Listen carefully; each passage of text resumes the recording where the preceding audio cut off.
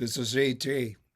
The 1950s produced a number of strength legends, men like heavyweights, Reg Park, Bill Pearl, Olympic lifters, Norb Szymanski, John Davis, some of the lighter greats like Olympian Ike Berger. But no stars shined as bright as the following three men: Roy Hilligan, Paul Anderson, Marvin Eder.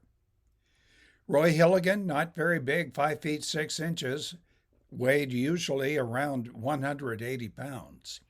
In 1951, Hilligan won the Mr. America title. He trained at Yarrick's Gym in Oakland. I'm going to do a video about that. At around 181 pounds, he lifted, a 255-pound press, 250-pound snatch, and 350-pound clean and jerk. He placed second to Norbert Szymanski, who was the world's best at 198 pounds in Olympic lifting. On an extra attempt, Roy had already beaten the world record, but on an extra attempt, he did 350 pounds. That, by the way, was 8 pounds more than double his body weight. He could deep squat with 510 pounds. Keep in mind, 180 pounds body weight. This was done with no knee wraps, no super suit. Paul Anderson, a famous Olympic lifter. In 1955, he did a clean and press with 409 pounds. That was at the Munich World Championships. Same year, 55, at the Nationals in the U.S., he did a snatch of 355 pounds, a clean and jerk of 440 pounds. He did a lot of unofficial lifting, like the squat of 1,200 pounds. He could bench press 628 pounds. He did a deadlift of 820 pounds, clean and press 485 pounds, a snatch lift 375 pounds. He did a clean and jerk of 485. He did an authenticated full squat, this is judged, of 930 pounds. And he did an assisted deadlift. That means he used metal hooks. He'd broken his wrist. He had tremendous grip power. But he did that assisted deadlift using 1,000 pounds. He could push press, Paul Anderson could, 560 pounds. A military press, very strict, 435 pounds. A one-arm side press, 380 pounds. Marvin Eder. Like Hilligan, Eder excelled as a strongman and a physique star. Marvin placed third to Hilligan's first at that 1951 Mr. America contest. Marvin Eder topped official heavyweight Olympic records at a body weight under 200 pounds. But unlike Hilligan, Eder withdrew from both strength and physique competition after 3 years.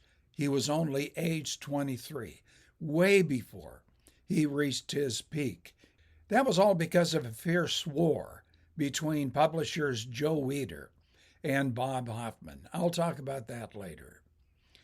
But during Eder's short time under the spotlight, he achieved incredible and well-publicized feats of strength and physique development before retiring to a very successful plumbing business in New York.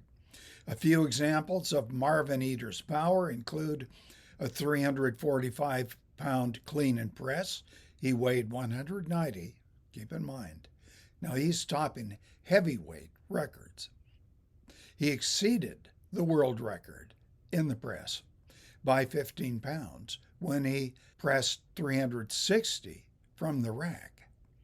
He was the first man under 190 pounds to bench press over 500 pounds. Like Hilligan, no body wraps, no assistance of any kind.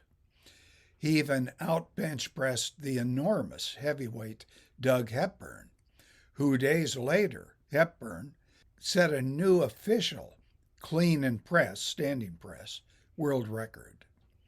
Marvin set records in parallel bar dips for both weight and repetitions. He could do, and you can see it here, a full repetition while being held by two men who collectively weighed 434 pounds. Eder broke Jack LaLanne's previous record of repetition dips by making 1,000 in 20 minutes. How about this? Deep squats with 550 pounds. Again, under 190 pounds. He could do chin-ups with one arm 12 times. E.T. still recalls Eder curling 100-pound dumbbells. Each weighs 100 pounds for 8 repetitions. Then, without rest, he pressed those dumbbells for 10 repetitions. Unknown is what Marvin Eder could have done in strength and physique competition. Well, as you know, he was caught in a battle between the publishers, Bob Hoffman and Joe Weider, both of whom made his life miserable. Hoffman ran the AAU strength competitions, and he banned Marvin Eder from lifting because, Hoffman claimed, Eder was a professional because he appeared on occasion in Weider's magazines. But Marvin Eder told me personally that he never received a penny from Joe Weider.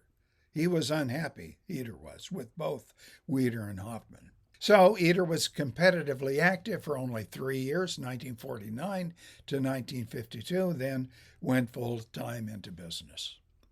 Well, mentioned here are just a few examples of the strength feats that placed these three men, Roy Hilligan, Marvin Eder, Paul Anderson, into the ranks of natural strength demigods. In other words, no aids of any kind, chemical or otherwise. Both Hilligan and Eder lived into old age. Roy died at age 85 in 2008. It was from a blood clot following a fall.